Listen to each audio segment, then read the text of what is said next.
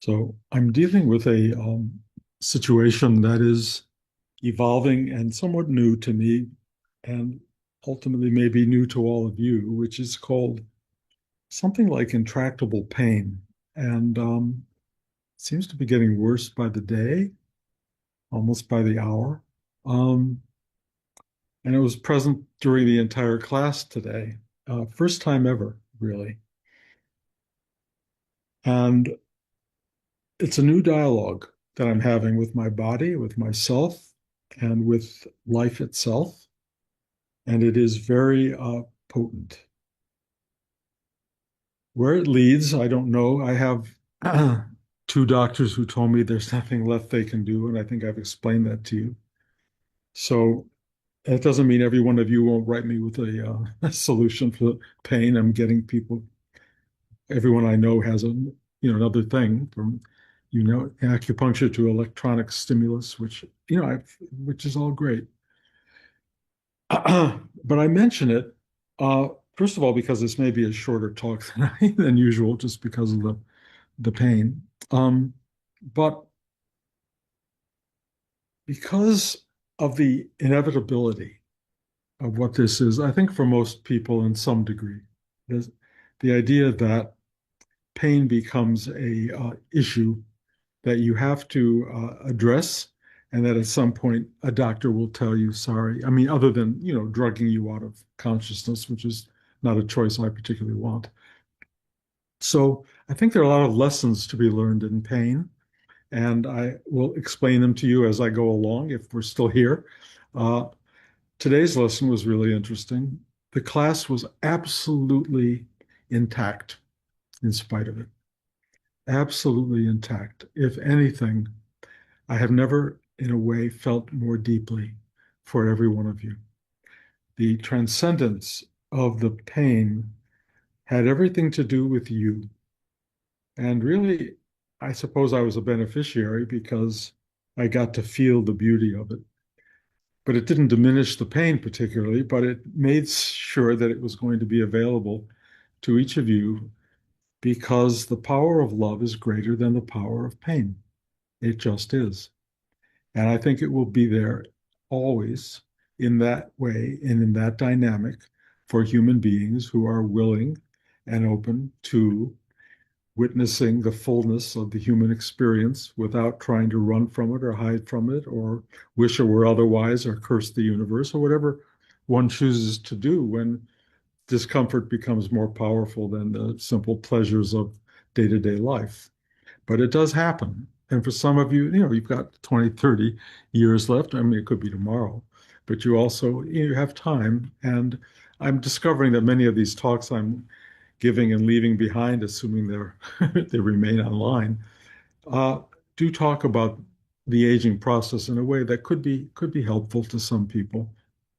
And one of the things that really comes forward for me is that this experience of pain is part of a whole. It is not the whole.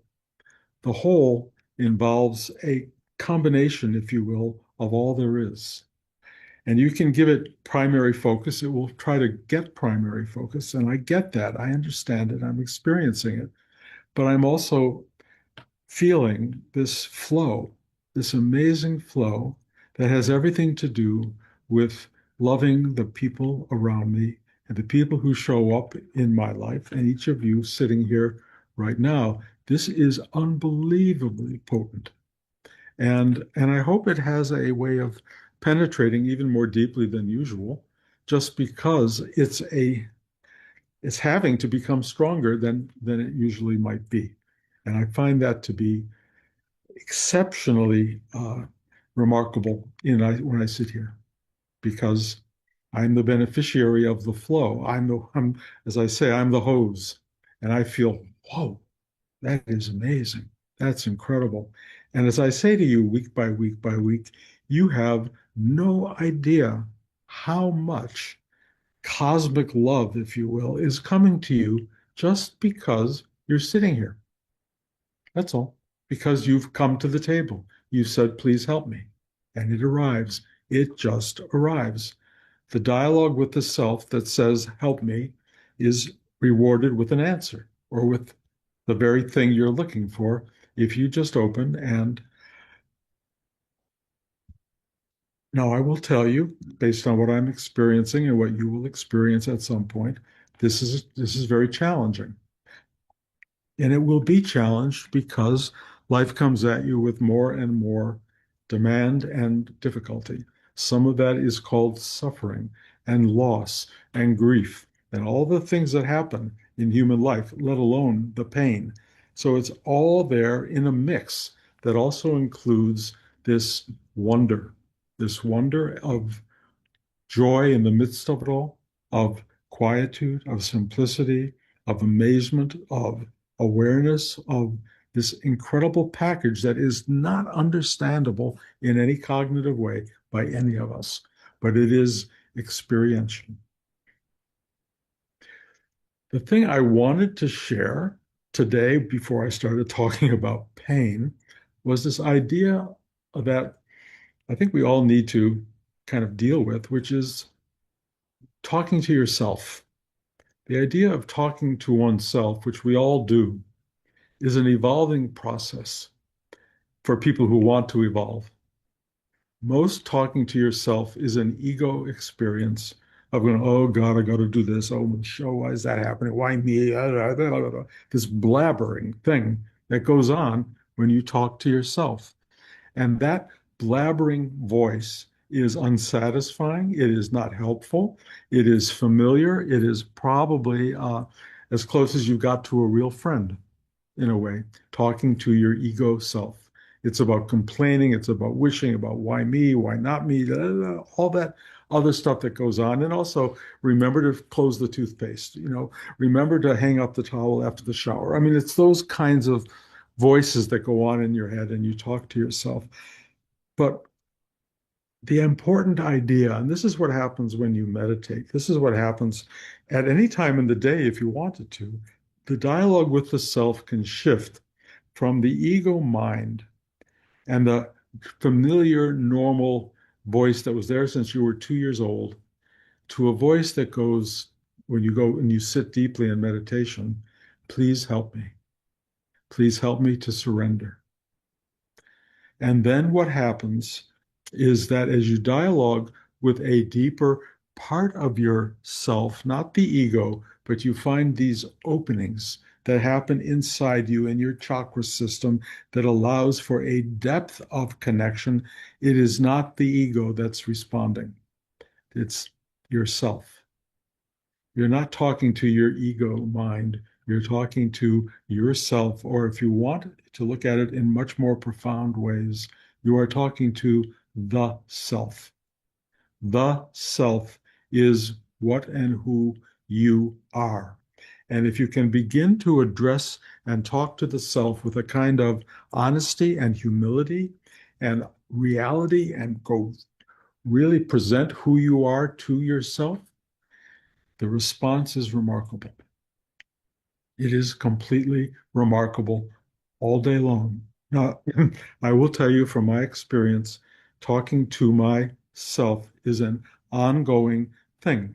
And when I am by myself, or more particularly, really in the car when I'm driving, I just start talking to myself. And it knows exactly what I'm going to say because it knows me more than I do. It is more receptive than any human being I have ever connected to. It listens, and I can find a voice that is completely honest, that describes the truth of my being to myself. And myself listens in a way that my family and friends have never been able to accomplish. It is a complete hearing of all I have to share. And it comes back to me not with a verbal, visual, real voice. It comes back to me with, yeah, like a nod or a touch or a sweet moment of going, I hear you, or I am with you, or I am you. It's indescribable on so many levels, but when it appears You know you're there. It is with you, has always been with you, will always be with you beyond every adventure and every moment of your normal mind and your noise and your bodily functions and failure of bodily functions and all of that stuff. Maybe even with the failure of your normal mind, it will be present and with you. And I am watching that unfold in people. I have, a fair number of students now with Alzheimer's, and as you know, my wife too.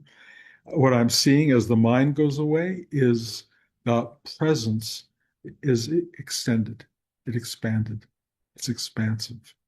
There are moments of pure being that have happened in people who have mind fading that is remarkable to see. But it is also available to all the rest of us who haven't had that yet, who are experiencing pure aha. It's the real talking to yourself.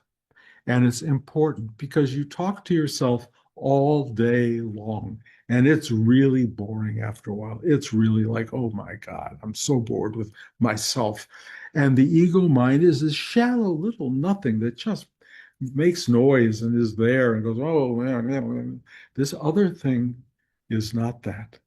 It actually witnesses and hears you. But it does not like your complaining.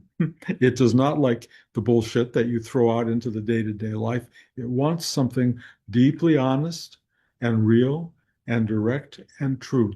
And when you speak to it, it will let you know that it's listening or it couldn't care less. It's really fascinating. If you are coming at it from a place of non-truth or just egoistic stuff, it just shuts you up. Couldn't care. Not there, not there. Do your thing, go through your noise, have your day, whatever your day may be. And then you can go through, years and a whole lifetime of just blah, blah, blah, blah, and then it's over. There's a lot of discomfort in that. There's a lot of lack of satisfaction in that. There's a lot of sort of why me, why this, what is this all about? And you will miss the entire ride if you wake up at the very end of your life and you realize you have never spoken to yourself. You have never seen yourself. You have never witnessed yourself. Because at that moment, you will. And there is, I think, for many people at that point, a real egoistic shame that kind of contorts because you realize you have missed everything along the way. You've missed the boat. You have not been present for what is during your entire lifetime. And I watch people, I see people everywhere who don't have a clue who their self is, what their self is. They have no idea. 98% of people don't have a clue. They may have moments of little recognition and sparks, but the reality is you can begin a relationship with yourself. That is a real relationship with your real self, who you truly are. And it is not limited to your mind and your body and your personality and your story and all of that. It's involved in that. Trust me, you can talk about all of that from a place of incredible witnessing and truth. But if you try talking about it as tiny little ego entity, it's going to turn you off. So to find a relationship with yourself, you have to begin the dialogue. It's often a very quiet dialogue. It can become worded and you can begin to speak to it, which I love to do because I can talk, talk, talk. And it listens. It listens. And it is extraordinary. And I hear myself or the self in that exchange. I hear it. And it hears and it goes, okay. Or it goes, it just goes, not a problem, not your problem, not real. It's so profoundly interactive in such a silent way, but there's no doubt about the dialogue and the interaction and the connection to myself, although the word my is thrown out, just the self. And having a dialogue with the self transforms how you live, how you get through your day, how you go down the road. And when you get into a time frame where you are old and decrepit and things are falling away, changes, the dialogue changes, the way you wake up in the morning changes. And I am kind of amazed because, as I described about 3 months ago when I said I'm done and I'm done doing, it's been an amazing experience. So when you wake up in the morning and other than going to the bathroom or brushing your teeth, you have nothing to do, you kind of just sit there and you go, and this quietude, this amazing, I don't know what it is, awareness, symphonic series of chords just play, and you just sit there and go, hmm. Because there's nothing other than go to the bathroom. There's nothing to do. And so you just, and I used to, I used to just jump out of bed. Now I just have this slow motion movement into the journey of my life. And it's really stunningly beautiful. And it's so different. It's shifting in so many ways that I didn't know about. And I am learning what stillness is. I am learning what the joy of oceanic love is. I am learning how to hold my wife. I mean, I've loved her my whole life, but I have never experienced a level of holding that you don't want to let go, but it's not possessive. It's not entrapping. It's just touching the beauty of existence. I'm telling you, this is what arrives when you get to this age. And in a way, the dialogue with the self starts to become reflected around you everywhere you are. Everything is a dialogue with the self. In Rudy's terms, if it's in front of you, it's yours. In my statement, if it's in front of you, it's sacred. All I can tell you, everything that's appearing and everything that's arising, even on the news, in the news and on the television and everything else, it's yours. And you learn how to interact with it and dialogue with it. I have become so good at the word nope, nope, nope, nope, nope. I am not giving power to the stuff that arises just because it's there. I don't have to imbibe it. I can go, nope. And then the stillness comes back, the quietude, the ease. I can also go into the drama and I can go into the political upheavals and all of that other stuff, but I can also go, okay, done. Nope. I am not winding myself up into a ball. I am unfolding into something altogether different. And it has to go from talking to myself to talking to myself. It is different. It is wonderful, and it is available to each of us if we want to do it. But you have to become conscious. It's not like something you just kind of do. You have to start expressing yourself to yourself. I do it out loud. And I talk in the car. I think I've shared this with you before. I talk out loud. As I've said before, thank God for cell phones and all that, because everyone thinks you're talking to somebody. I am not talking to somebody. I'm talking to everybody, to the whole. That's what I'm doing. And I'm having this unbelievable, I call it a dialogue, but I'm telling you the other voice is so but powerful. And I want to share that over and over with you because the shift from the small-minded talk to the awareness of sharing who you are and what you are with yourself, with the self, is amazing. And as I've tried to explain in recent time, the self loves us. And if we are in connection with it directly, it is so joyous because so many people go through this lifetime unaware of it completely. They just go on the journey through life and they don't have a clue of the true self. And it feels ignored, it feels bypassed. I mean, it doesn't go like, oh God, what's wrong with these people? Because it knows what it's created. But when people wake up to the truth of who they are and dialogue with the self shines through. It just shines through. It is saying, thank you. Because I said this last week, I think it gets to see the world through your eyes. It sees the world through you and it knows you're in touch with it. And if you do what it tells you to do, you serve it. For example, this class is completely in service of that.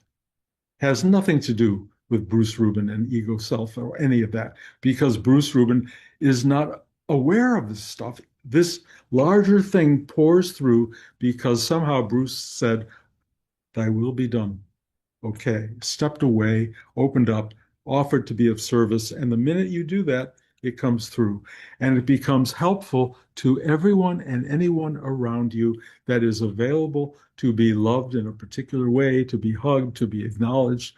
You become this incredible agent of service for something profound in the world, and you can help humanity one person at a time, or if you're lucky, more than that. But it doesn't matter. It doesn't matter. All it matters is one person who gets connected because you reached out in a dynamic, spiritual, godlike way and touched them, acknowledged them, witnessed them, felt them. That's all it takes. Something authentic and real that comes out of you and through you and not from you. Because you are a very temporary manifestation. And when you get to the point I'm at right now, you realize, boy, oh boy, it's like really very little time left, if you will, in the body. But it's wonderful to have this flow while I'm still here and share this. And you can do the same thing. You're young enough, you're strong enough, you're able enough, you are conscious enough, you bring yourself to this table on a weekly basis. Take this away and share it. Give it open. Give to the world and allow this dialogue you have with the self to shine through to others who are also part of the self and are clueless and have no idea that's true. And you will find it's really interesting when you dialogue with people who are unaware and not open and unconscious. If you come through with consciousness and with this sense of higher being, it begins to penetrate and actually begins to find its way into the other who is not aware. It finds its way, and you become the agent of that. You are the agent of that. So I'm not going to keep this going because I'm repeating myself, but I just want you all to know that talking to yourself can be, and in many ways, hopefully, will become talking to the self. And if you talk to the self, it will listen, it will respond in gentle terms. Sometimes it will go away and require a deeper, committed dialogue than you've had before. Sometimes it knows when you're getting shallow and it wants depth. You have to know how to serve. And when you do, you will become an amazing agent of kindness and love and truth in the world. That sounds like a good ending. The end. Okay. Oh boy. I'm afraid to ask for comments, but any concerns or anything anybody wants to talk about? Hey, Bruce, it's Mark. Oh, you Okay. want to add? Yeah, go ahead. Oh, no, go on. Now you're sure? Okay. Thank you for the talk. Really uh, powerful message, and it's great to see you again. So, you were talking about talking to the self, and I'm just wondering that position versus when you first awoke and there was no Bruce, right? So, if there's no Bruce, then what kind of dialogue happens in that space? Um, well, I'll share the simplest version of that. First of all, that awoke thing that took place was an experience, and it was the falling away of Bruce as a separate entity. But in the end, I realized there was still a Bruce. And it was really an important understanding. But Bruce was no longer separate. Bruce was part of the whole. That was what was really important. It's a singular thing, not a loss of everything else. Like Bruce goes away and now you become everything and there's no Bruce. Bruce just is now for a while, for a while, I really was not kind of there, but it became really awkward because we were just starting to do the musical of Ghost, and I had to show up to be at all these meetings, and I had to, talk to the director and talk to to everybody, and it was like, how can you do that when there's no Bruce? I mean, I was like, I was in a kind of beautiful state of like, it was very open, but it wasn't functional, and I had to function. I had to start functioning. And that's how I started being brought back into what was called bruising, but it was really essential ingredient in all of this. And the beginning, however, where Bruce disappeared, and I think you've all heard this story before, but it's really an important story. I came home from this trip where Bruce fell away, And I came back to Blanche and told her there's no more Bruce and all that. And she said, will you still love me? And my answer, which was not a Bruce answer exactly, but it was really beautiful, I said, I will love you more than Bruce ever could. And that was true. The love that came through at that moment was so much more than a contained love. It just had some expansion to it that was really, really beautiful. And that has continued in a way. Of course, this is all evolving and going through lots of manipulations and changes, but the combination of Bruce and like each one of us is an and. We have our limited self, but we are also a totality. But if you only live by yourself and don't understand the totality, what happens is you have a minuscule life full of drama and human suffering with nothing to hold your hand, nothing to help. Maybe other people, but they're going to fall away. And when everybody falls away, if you haven't found the self or yourself, you're going to be beyond lonely. But when you have the self, you will wake up in the morning and you'll be sitting with it. And you'll be sitting for 20 minutes just being with yourself. And it's unbelievably great company. So this is the evolving of the loss of Bruce into the realization that Bruce is part of everything, and then the dynamic of having everything actually speak through Bruce to whatever degree that might be happening here. You know, it may just be a corner of everything, but it is something dynamic that's going on. I can feel the dynamism of it. And I think it's very real and it's very powerful and it's transmittable. Based, it comes through you and it is of you. It is you. And when you realize that, you become one with everything and everything becomes one with you, but your ego can't hold on to that. So you just, I mean, it doesn't go away. Your ego will ultimately die with your body to some degree, or maybe unfortunately linger a little longer than your body, and that becomes a journey in and of itself called whatever, Jacob's ladder or purgatory or whatever you want to describe it. But in the end, it's unwoven completely and you're brought back into yourself. But you might as well get there now. You're really there now. Just go, just start talking to the self and see what it does. It's amazing. It's amazing. Go ahead, Bob. Thank you. You're welcome. That's it. Oh, okay. That was a big thank you. Bruce, I just wanted to lay a little bit extra on what you were saying is Okay, Mark. so the in the early moments, let's say, of your awakening and the Bruce dissolve, did it feel like there was no need to have self-talk because there was not an opposite, so to speak, that No kind need of went to away? have what? Self-talk? When you were having before Yeah. you were talking about self-talk, you were talking to yourself, and then you had this awakening, and then the self goes away.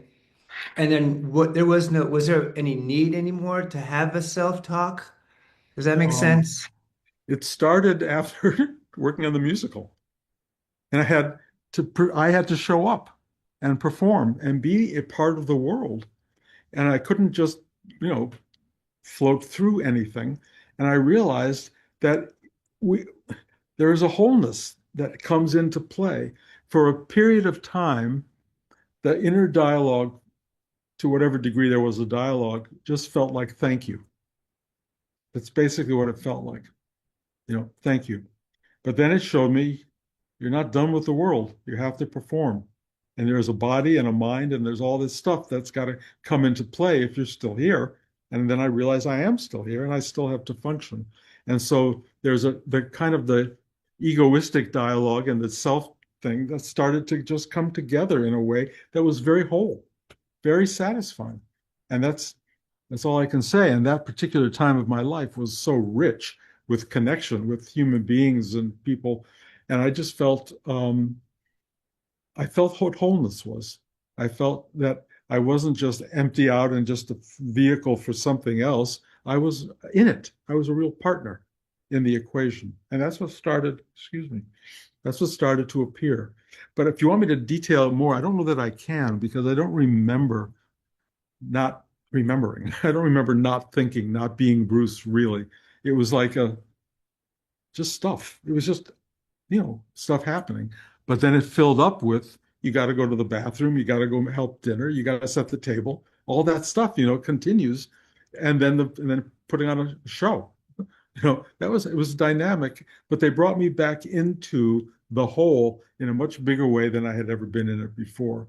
Setting the table became part of something greater.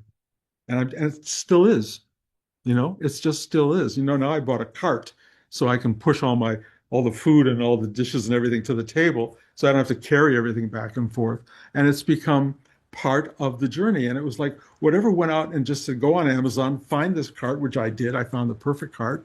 It came in the mail. I put it together in a minute. And now wheeling things back and forth, I'm going, thank you. This is so helpful. It's so helpful. And now that I can hardly walk, pushing it, holding on to it is enormous. And Blanche and I went shopping the other day, and we both needed to hold on to the shopping cart. We couldn't just walk separate. I mean, go get stuff. It was just hard. We are going through a process where life presents new help.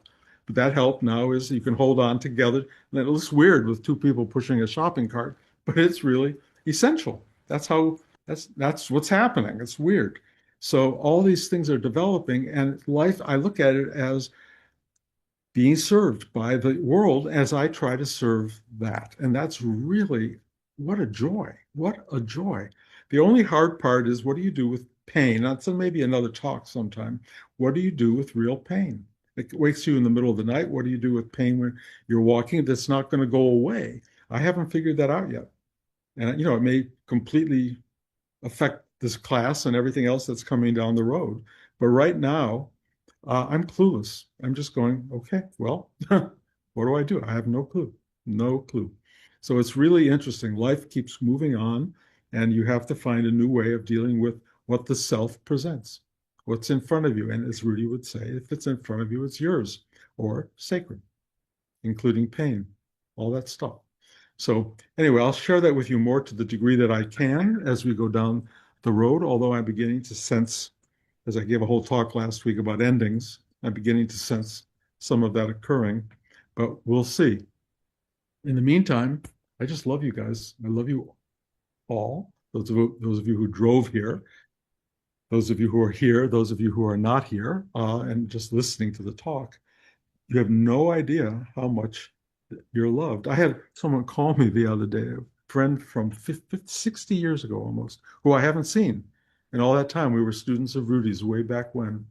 His name is Earl Benson, and he was a wonderful human being, wonderful. And he called me out of the blue and wanted to talk. And we hadn't seen each other in decades. He had, oxygen in his nose, and the two of us were talking and trying to catch up after all that time, which was so interesting because it was like no time had passed at all. The love was just still there and still constant. But then he told me he'd been listening to my talks for all these years and was very aware of this life that was going on. And I never imagined that somebody out there was still interacting with this expression of who I am and who I am. And it was so beautiful. It was so beautiful. And this connection was absolutely delicious. And I'm so grateful to these talks, and I'm so grateful to the idea that all of this is out there for whoever wants it, whenever they want it. And of course, for each of you in the moment, it's got its own potency. So enjoy this while we have it. It's only going to be around, I think time is dwindling. So stay attuned, and hopefully we'll still be doing this.